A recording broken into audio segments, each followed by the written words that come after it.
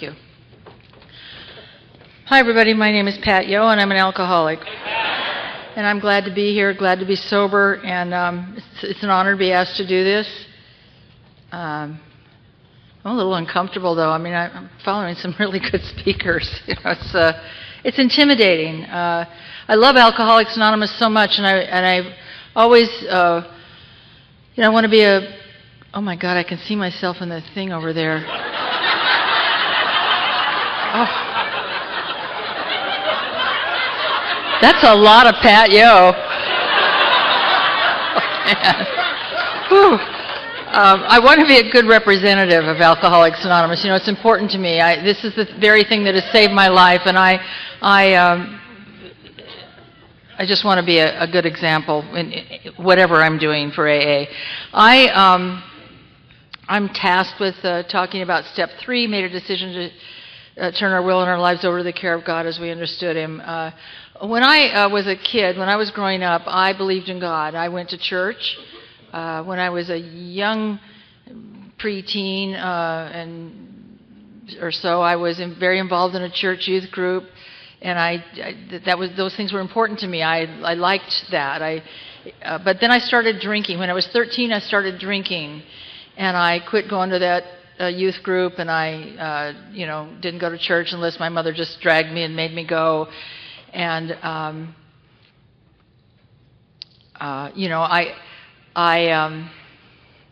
but I always said I believed in God, but I never had any connection after that. I think when I was young I did. I think I felt things. I remember when I got confirmed, feeling a connection somehow with God, but I never. Once I started drinking, it was gone. But if you had asked me, I would say, yeah, sure, of course I believe in God. But I didn't pray. Well, that, oh God, get me out of this one, and I swear I'll never do it again. Then I said those, but not the real connection with God. I started drinking when I was 13, and that first night I drank because I don't fit in anywhere, and I don't feel comfortable anywhere, and I was at a party and I was not feeling comfortable, and so somebody offered me a rum and Coke, and I drank it, and the magic happened. I fit in, or I felt like I did. I probably didn't, but I felt like I did, and it was magic. Somebody else talked about I could dance and talk to you and make you laugh, and it was fabulous. But I drank too much. I blacked out, I passed out, and I woke up in bed the next morning with a Marine that I didn't know. I didn't mean to do that, I was embarrassed and ashamed. My friends knew how my evening had ended up, and I felt terrible about that. I was terrified that I'd get pregnant. I had bad feelings. But I drank again the very next night. The magic that alcohol did for me was worth any price that I was going to pay, and the price was going to get bigger. Although that first night did sort of set the tone for how my life was going to be. As I like to describe it, when I drink, I become friendly. And so I developed this reputation in high school for being a friendly girl. And that's not how I wanted people to think. I wanted people to admire and respect me. I meant to grow up and get married and stay married to the same person and live a decent life. But I'm 13, 14, 15 years old, and I kind of know in my heart of hearts already that that's not going to happen. And I did get married when I was 18 because somebody asked. Got divorced when I was 18 and a half. That's a mistake. I went after that divorce. I moved back in briefly with my parents, and then I grew up in Newport Beach in Southern California. And excuse me, after that divorce, I moved back in with my parents for a little while and got my financial act together, and then I moved up to LA, 50 miles up the road, and got a job in an apartment. And I'm on my own really for the first time in my life, and I'm drinking every single day. Getting drunk every single night. I was working as a secretary in a trucking company, and I drank with these truck drivers, and I behaved there the way I'd behaved in high school, which is to say, before I left that job, not even a year later, I knew most of those truck drivers. God was nowhere in my life. well, I think God was there, but I wasn't acknowledging that there was a God. I never thought about God. I never. I thought a lot about when I was sober, in between, drunks. I don't know that it's not sobriety as we know it. When I was dry, let's say, in between drunks, I would think about how I was living my life. I'd have these little moments of, oh my God, I can't believe I'm doing this, But I don't remember ever praying. I don't remember ever, except as I said earlier, for that, oh God, get me out of this one, and I swear I'll straighten up.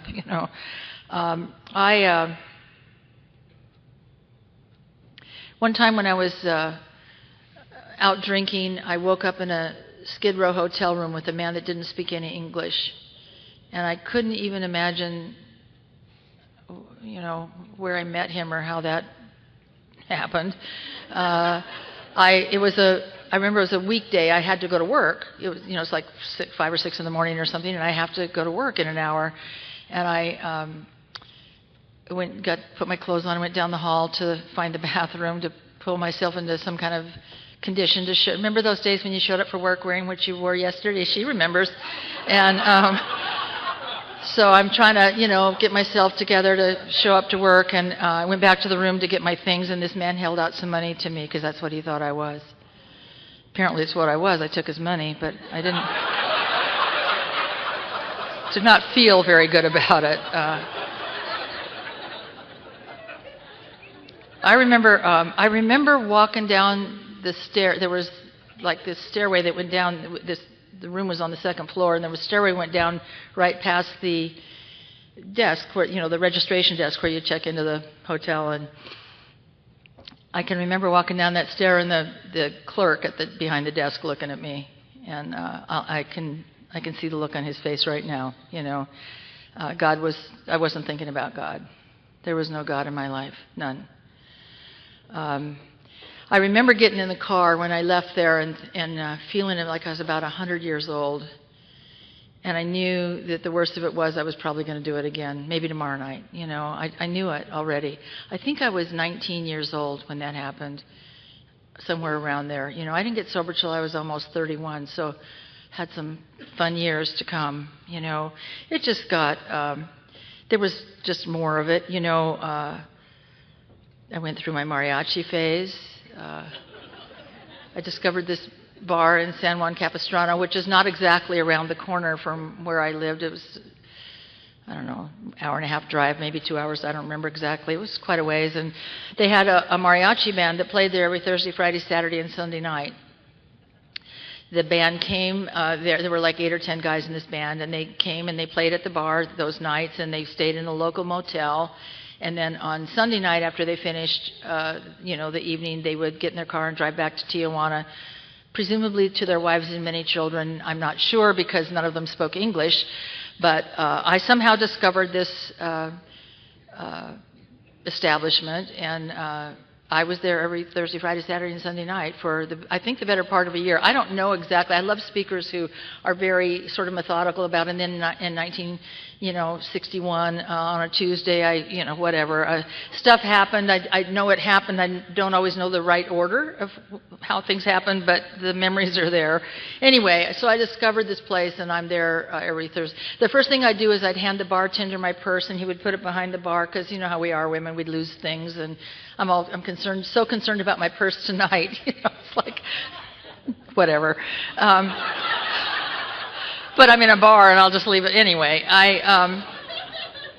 So I'd hand the bar. Everybody knew me. He'd put the purse back there, and I'd sit at the bar. There was a little dance floor where the patrons of the bar could dance to this music. And at some point and I'd sit at the bar, and I'd request those sad songs, and I'd sort of cry and.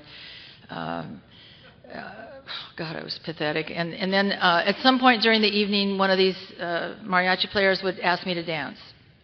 And I can remember moving around the dance floor thinking that all of you, the other patrons in the bar, stop laughing, Sharon,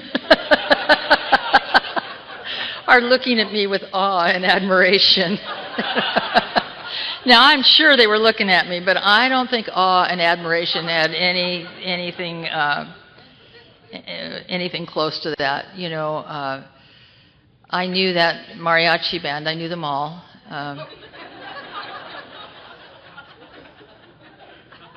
Never encountered God in that place ever. I was sober about 10 or, I don't know, some years, and I was speaking at a meeting not far from there, and I got there really early. I had some time to kill, and I thought, I wonder if that place is still there, and I drove around and found it. It's still there, or it was then. They'd kind of shined it up a little bit. It looked a little better than when I was going there, but I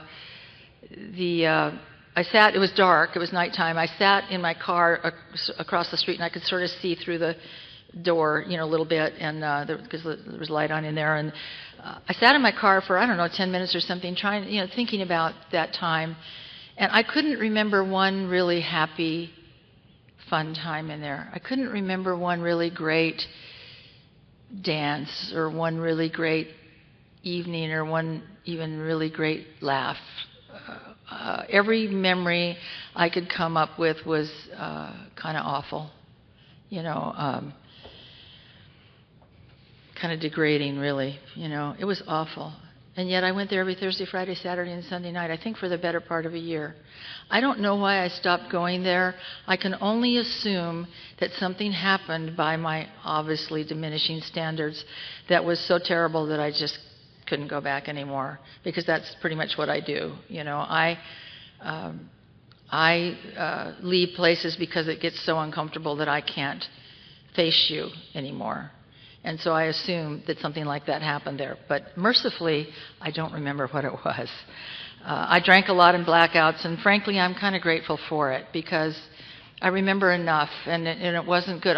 There's no pretty social drinking in my story. I called myself a social drinker, but there is no social drinking there. There just isn't. And so, obviously God, was not part of my life. When I came to Alcoholics Anonymous, but, by then I'd spent the last few years, I went to jail. I mean, this stuff, it just gets worse. If you're an alcoholic, it gets worse. And so by the time I came to Alcoholics Anonymous, I didn't have any trouble with steps 1 and 2. I mean, it was very clear, that that there was a problem here. I mean, I really didn't, and I really didn't have, at first I had a little trouble with step 2, because there's an implication there that you're insane, and I didn't care for that, but my sponsor sat down and reminded me of a couple of things that I had told her, and I hadn't even hadn't done a 4th step yet, so she didn't even really know most of it, but she knew enough just from the conversation that we'd had, and she, reiterated a couple of those things to me, and said, does that sound like sane behavior to you? And I had to acknowledge that it did not. And so that brought me to step 3. Now, I believe in God. When I got the big book, I didn't read the chapter to the agnostic, because I believe in God, so I don't need to read that chapter. But I have had no connection whatsoever to God since I was maybe 11 or 12, maybe. But I profess to believe in God. So my sponsor tells me, I need to make a decision to turn my will and my life over to the care of God as I understand Him. Well, how do I do that? Okay, God, take it. I'm yours. Nothing happens.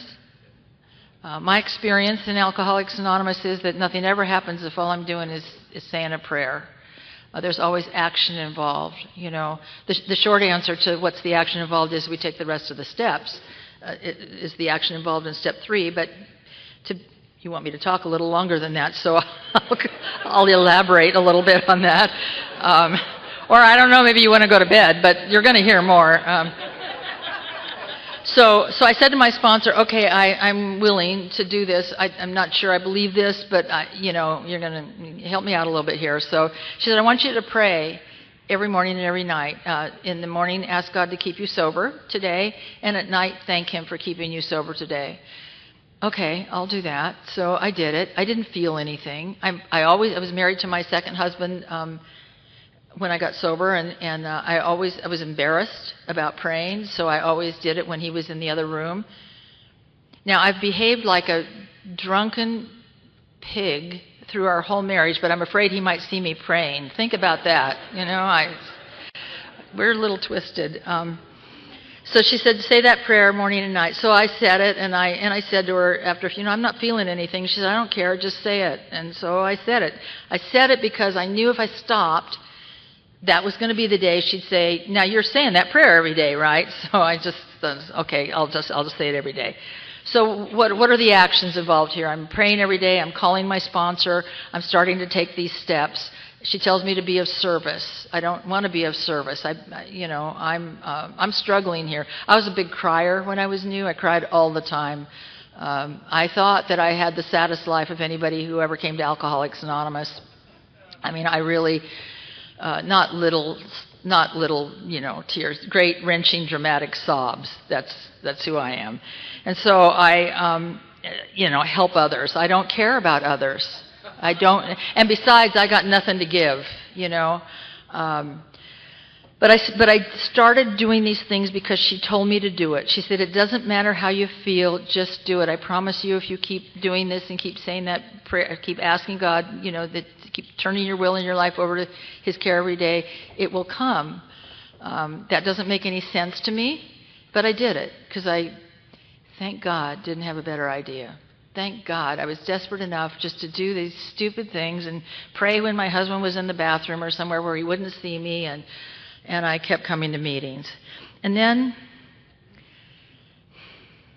little things started to happen. I remember one day I had gone on a panel with, five of us had taken a panel meeting to some,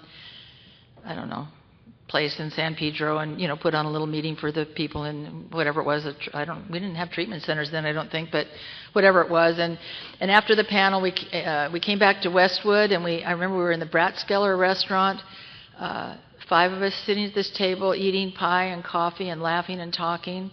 And I was sitting at a table with those people. I can see it. I can see the table in my mind's eye right now where we were all sitting. And it occurred to me that I was sitting at a table with friends, laughing and talking and having a good time, and I was sober. And I almost started to cry sitting at the table because I couldn't remember that ever having happened. I didn't have friends really much growing up. I've sponsored people who say, what do I tell my friends, that I'm going to AA? And my answer is, I have no idea, because I didn't have any when I got here. There was nobody I needed to explain it to. I mean, my husband, but, none of my friends were knocking on my door because there weren't any friends. Anyway, I'm at this table, and I'm having this little spiritual experience that I realized, wow,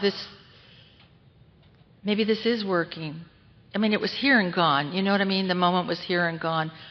Well, evidently not, because 44 years later, here I am talking about it, and the hair is standing up on the back of my neck as I'm telling the story all these years later. It was a big moment, and I started having little ones like that. I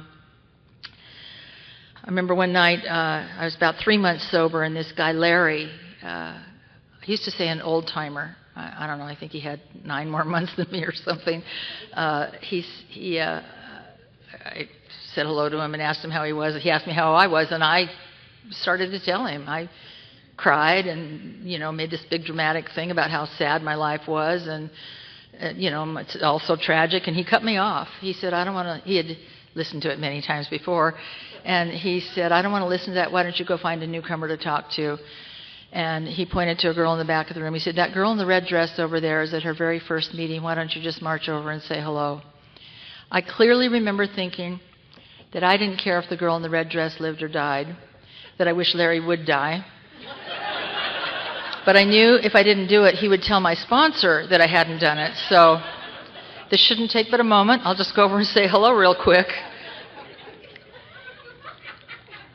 So I go over to this girl, and the girl who had, Alex D., had 12-stepped this girl and brought her to the meeting, and she said, oh, Pat, I've been waiting for you. This is this girl's first meeting, and I've been waiting for you to talk to her. She had this big fight with her husband about coming to AA, and I knew you were the exact right person to talk to her.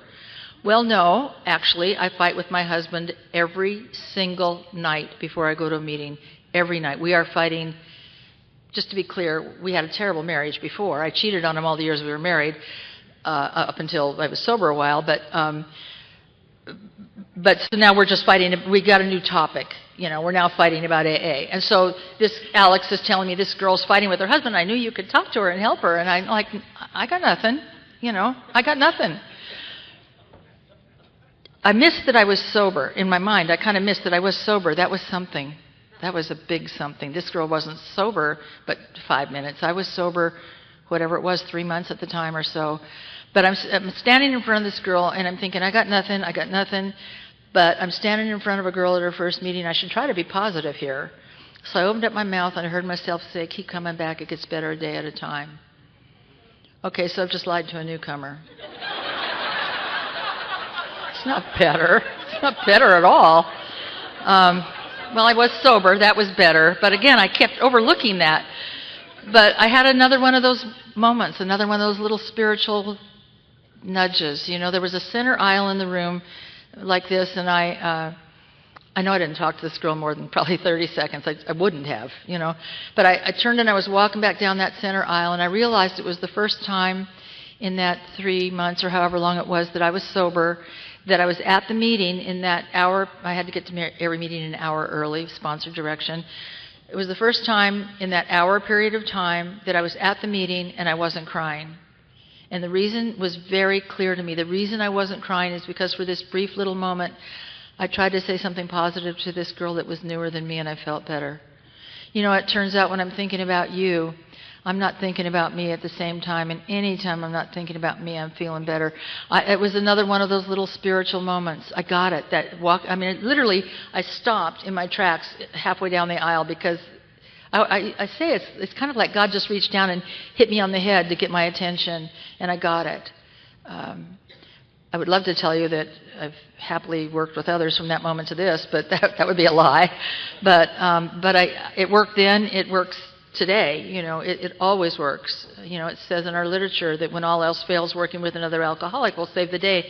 It may not say it exactly that way. I hate it when I start to say, as it says in the book, because I almost always misquote it. But it says something like that. So, let's see. I remember one time, again, these little moments, and these little moments kept me going. I'm saying the prayers, but I'm not feeling connected to God, really. I'm not feeling like He's really listening to me. But I'm sober, and I'm having these little moments. Vince and I were living in Pasadena, and this is later on. I don't know how long I was sober, maybe 6 or 7 years. I don't know. It doesn't matter really. We were living in Pasadena, and I worked in LA, and so I drove to work down the Pasadena freeway, past Dodger Stadium, through downtown to get to my office. I'd been driving that drive every day for, a year, and always the traffic stopped. It's rush hour traffic, and it always stopped just before I would get to Dodger Stadium. It would stop, and then it would be, stop, go until we got through downtown. Like I say, I'd been doing this for a long time, and I'm sitting in the car one day at that spot on the freeway, and I look over to the right. Now, the freeway at that point is sort of up, and then down below is, I think it's Figueroa, goes along there, and I'm sitting in my car, and I look down, and there on Figueroa is a bar that I worked as a go-go dancer in. It is the worst, seediest bar I ever worked in. I mean, it was really a horrible, horrible place, and some terrible things happened in there. And I'm sitting in my car. I've just left my nice house in Pasadena. I've said goodbye to my husband, who I love, who I'm faithful to. I am going to a job where they respect me and appreciate the work that I do for them and pay me well for it, and where I behave and don't sleep with all my coworkers. And I'm looking at this place where I did these terrible things. You can't get from there to here. You can't. And yet here I am, in this car up here. I couldn't believe it was. I couldn't believe it. I started to get it. God really is listening, I guess is the way I thought of it. He really is hearing me. I believe today. I just said this to a girl I sponsor. I don't. Sometimes my prayers are, okay, God, you already know what I want here, so I'm not even going to mention that because I know that you know. But please let me be okay with whatever the outcome might be. I've learned to do that, but I was just sort of gradually getting there back when these things were starting to happen. This makes it sound like everything's just going swimmingly, like I get sober and each day it's getting, you're laughing at me, Dawn. It's getting better and better and I'm acting better and better. Yeah, no, it didn't quite work that way. I believe I told you that I cheated on my then husband, my second husband, all the time we were married. Now I'm newly sober, and it had not occurred to me that I was going to stop cheating on him. I mean, it's kind of what I do. I just hadn't thought about it. I had noticed, now he thought that I was coming to AA to meet men, which was not a bad guess, except I wasn't actually cheating on him right that minute, and it really kind of annoyed me that he was accusing me of something I wasn't really doing right then. And also, the men in AA appeared not to be interested in me, which hurt my feelings quite a bit. So I felt, again, sorry for myself. But the happy day came when I believe I was 10 months sober. This newcomer gentleman with a Fu Manchu mustache and a shaved head hit the front door of our meeting hall. I spotted him. I believe I leapt across a chair or two to introduce myself to him, and my sponsor noticed, and so I go over to my sponsor, and she said, "Let's not forget, Pat, that you're a married woman." And I said, "Yeah, but I am so unhappy." And she said, "Nonetheless, you're married, and as long as you're married, I expect you to act married." Well, I don't see this as a problem. I'll get divorced. She said, no, we in Alcoholics Anonymous don't feel it's a good idea to make major moves in our first year of sobriety. You get all that we and our. This is my life we're talking about. And it's like the royal we, And she said, you just stay married and act married. Excuse me 1 second.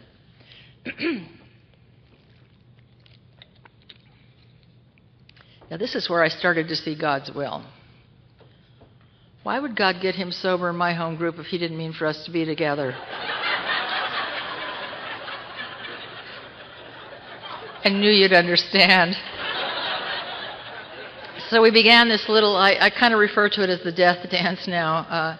It starts with deep, meaningful glances at each other across the room during meetings, and then we're kind of brushing up against each other in the coffee line, and then he's walking me to my car after the meeting, and then I'm parking further and further away from the meeting, and it's a little tiny bit complicated. I'm a newcomer. I mean, I'm married. We're not going to my place. He's a newcomer. He doesn't have a place, but we're pretty resourceful people, and I was working at a record company in Hollywood, and he was very conveniently also working in Hollywood at a porn bookstore. I arranged this long lunch hour at work one day for somebody to cover for me, and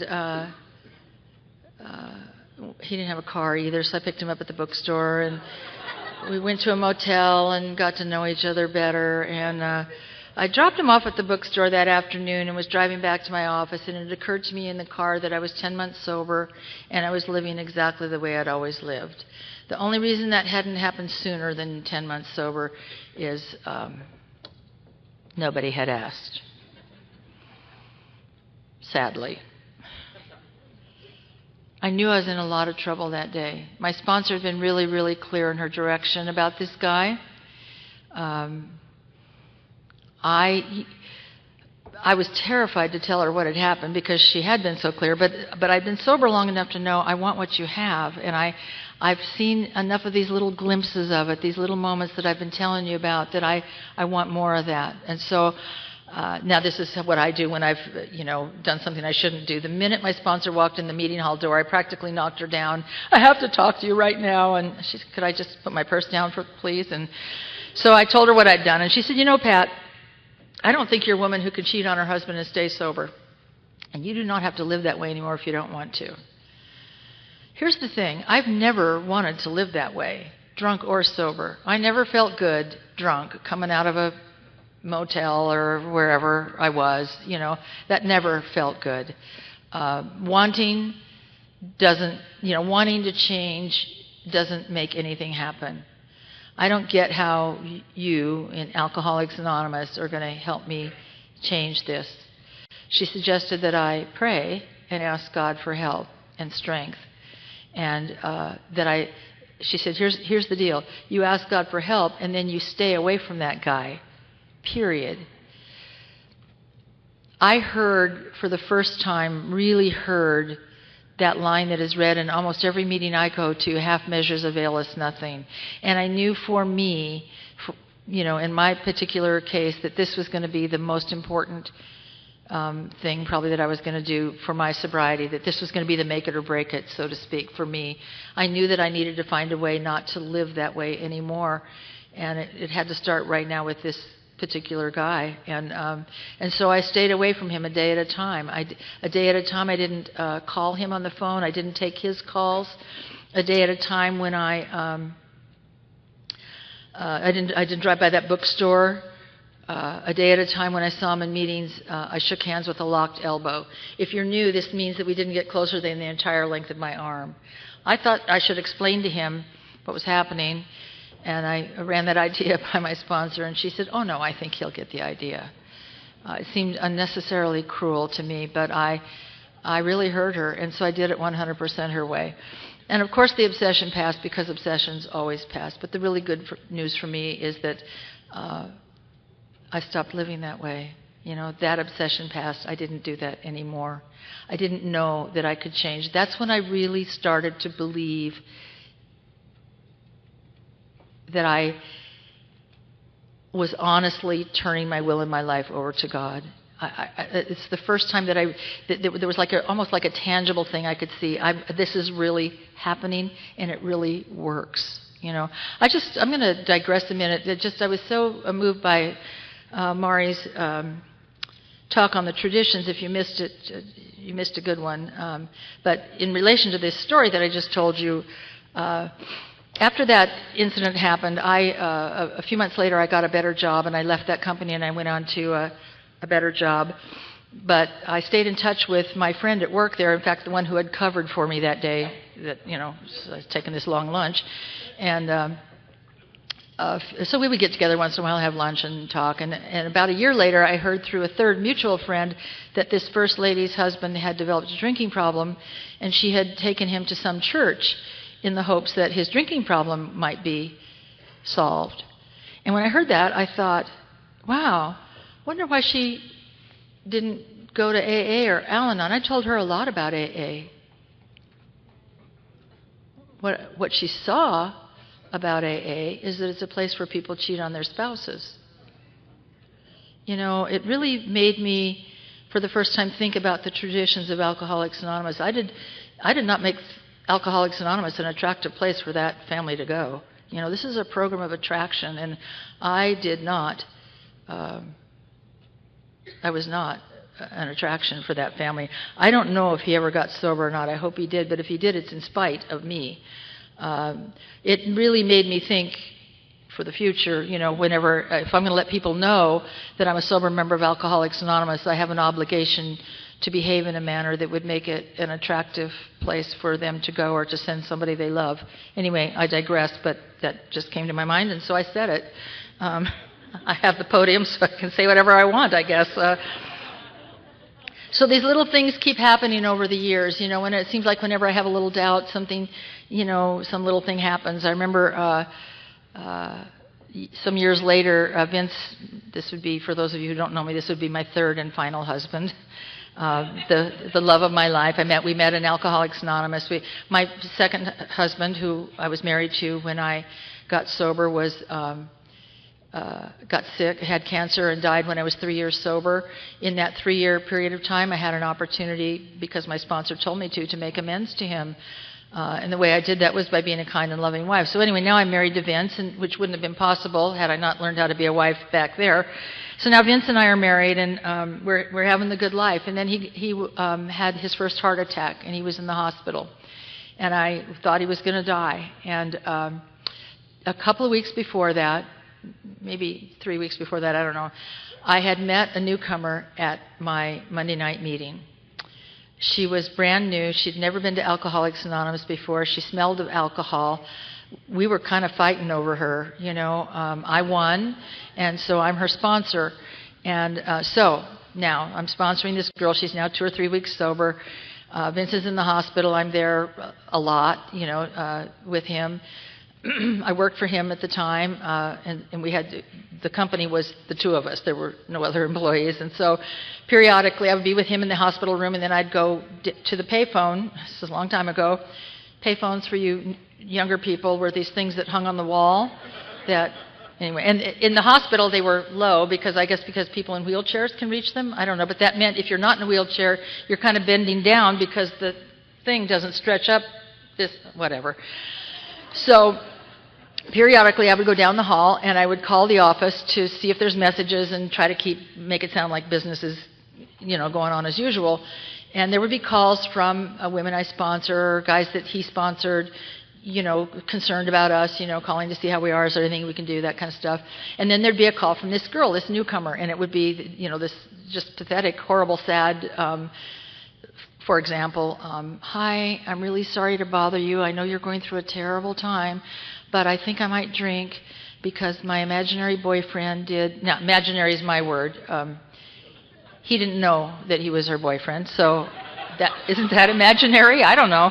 Anyway, I think, she's going to drink. And so I'd be listening to this and I think, I got to call her back. So I'd call her back and, I'd give her some simple direction or, kind of talk her off the rooftop, and see you at the meeting tonight and whatever. And we'd hang up and I'd go back and be with Vince. And then a little later, an hour or so later, I'd come back and call for messages. And there she'd be again with some new, so I'd call her back and, that went on. Vince got out of the hospital, recovered completely, got out of the hospital, and this girl would have been, I think it was 35 days sober that she would have been, and she called me and left a message that said, well, thank you very much for all your help, but Alcoholics Anonymous is much too hard and I'm not coming back. And I listened to that message and I thought, you ungrateful. I stood in that hospital calling you when my husband was maybe dying in the next room, worrying about you, thinking about you, trying to help you stay sober, and this is the thank. I mean, I've really kind of worked up a steam here. And then it occurred to me that God picked the best possible 35 days he could have picked to give me that newcomer. When I was going through the scariest, hardest time, he gave me that girl to think about. I got to remember out loud who I am several times a day with that girl. I'm an alcoholic. I'm that girl. I am that girl on the other end of the line. I can't do this, and yet I can because I've been doing it with you.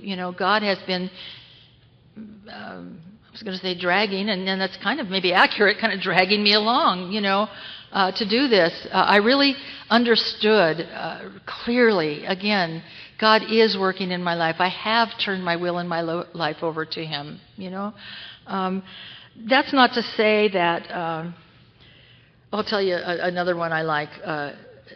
Years later, Vince was sick again, and he had cancer at the time, and I really thought he was good. Just for those of you who don't know me, he did die of a heart attack some years later, but at this time he had cancer, and everybody thought he was going to die. He was really, really sick. And so I was at the hospital. He was in the City of Hope, and I was there, and it was just a bad day. It was just a really bad day. And I thought, I need to call somebody. He was kind of half asleep, and I thought, I need to call somebody. I can't just walk through the rest of this day by myself. I need to call somebody. Again, it's the action. I'm praying by now. God, please help us. But I know that I need people, live people, so to speak. So I step out in the courtyard and I call my friend Rita, and her voicemail. I don't think it was maybe voicemail. I was going to say answering machine, but maybe this was by now we had voicemail. I don't know. Anyway, I called her and I said, "Hi, it's Pat Yo." And I burst into tears. Had I not said my name, I would have hung up because I couldn't talk. I was just, just out of control. But I said my name clearly in the beginning, so I felt obliged to stay on there to try to say something that would make some sense. And I finally just gave up and hung up. And I went back in the room with Vince. Now, by the time I went back in the room with Vince, I had stopped crying. And Didn't quite understand that right away, but I just sat there with him for a few minutes, and he was still sleeping, so I thought, I really need to call Rita back, and that's a terrible message to leave on somebody's phone. And so I called back. I got her voicemail again, and I said, "Hey, Rita, it's Pat. I just wanted to tell you, please disregard my prior message. I'm feeling much better now. Thank you." And here's the thing about that. It didn't matter that Rita wasn't home. What mattered is that I picked up the phone. What matters is that I took the action. I asked God for help. I reached out to you because that is always the action I'm supposed to be taking. When in doubt, speak to another alcoholic. That's like in gold in my brain. You know what I'm saying? And so I felt better. It's not like Rita was going to have some magic answer. It's just that, again, I remember who I am. I'm an alcoholic. I better call a sober alcoholic here. I'm out of my mind crazy right now, so I better call a sober alcoholic. And so I did. And again, God is there. Sometimes I've stopped even in longer term sobriety. I've forgotten that I've turned my will and my life over to God. That seems impossible even when I say it, but I'll give you a couple of examples. When Vince died, I was, 36 years sober or something. I stopped praying, and I didn't notice it at first. I think it was, I don't even know how long it was, maybe a month, maybe 6 weeks, I don't know. But one day, I realized I have not prayed since Vince died. That's not good. That is not good. And so I tried to pray, and I couldn't. I just could not pray. I'm not sure why. I think part of it maybe is we often prayed together. Vince and I often prayed together, and so I imagine that probably was part of it. It doesn't really matter why. What mattered is that I wasn't doing it. And so I was going to a women's meeting at the time, a little small women's meeting. And I shared about it in that meeting, and I was really, I cried, and I was kind of embarrassed because there's newcomers in that meeting, and there's this old timer sobbing that she can't pray, but I shared about it, and somebody in the meeting said, "Do you think that you could make a commitment to us, to this meeting, that you would read the 24-hour-a-day page every day?" I said, "Well, yeah, I could do that." She said, "Why don't you just do that?" I said, "Okay, I'll do that." Now, I've asked for help, and I've gotten a direction. I'm going to do it. I've been in Alcoholics Anonymous long enough to know I'm going to do that. And so I started doing that. And, of course, eventually it led me back to being able to pray. I'm very glad that although I was embarrassed that day that I shared, when I shared and cried in the meeting, I'm glad that I didn't think, I'm sober too long to share this kind of stuff in a meeting. I better wait and call somebody privately. The day that I think I'm sober too long to share something with you, I'm in a lot of trouble. I'm in a lot of trouble. So I'm really glad for that experience. So I know that it's okay. It's okay to not be this perfect person. I'm not a perfect person, and I suspect that I'm never going to be. Vince always used to say he was sober 2 years longer than me. So if I was struggling with something, let's say was 20 years sober, and I was struggling with something, he'd say, when you're 22, that'll be a lot better. He used to say, so this is totally off topic, but he used to say something else.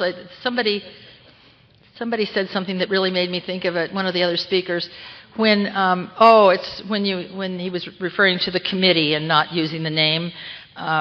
Vince used to say when one of his sponsees was speaking at a meeting that Vince was at, he would say to them, "Okay, I'll be sitting in the fourth row on the aisle there. 5-10 minutes into your talk, just glance over at me. If I'm doing this, don't mention that I'm your sponsor."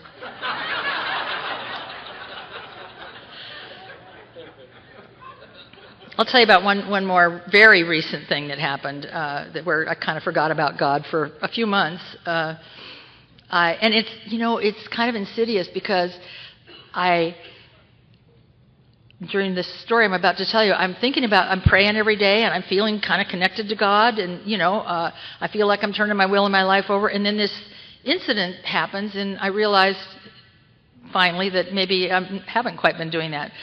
I leased my condo, and I had been living there for 7 years, and in August a year ago, so like a year and a half ago now, the owner of the condo called me and said, I'm going to have to sell the condo. Would you be interested in buying it? And I said, I'm not in a position to do that. And he said, okay. He said, I'll sign another 1 year lease with you, but then we're going to sell it. So I have a year. We signed the lease. I have a year now.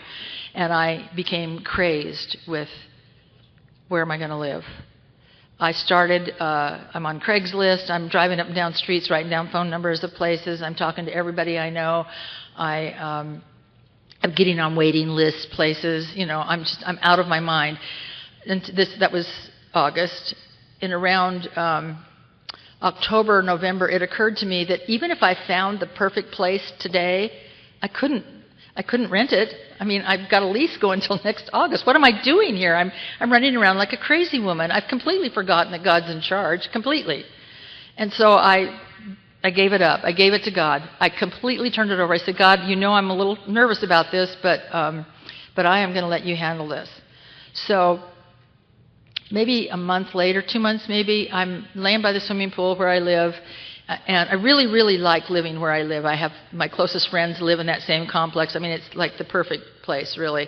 And so I'm laying by the pool, and somebody mentioned that their owner was going to be selling, and they were going to have to move, and I mentioned it to my friend Luther, who happens to be the HOA president of the complex that I live in. He talked to the owner and said, have you ever considered a long-term lease? He had not, but any friend of Luther's was kind of his, feeling. He'd be happy to talk to me.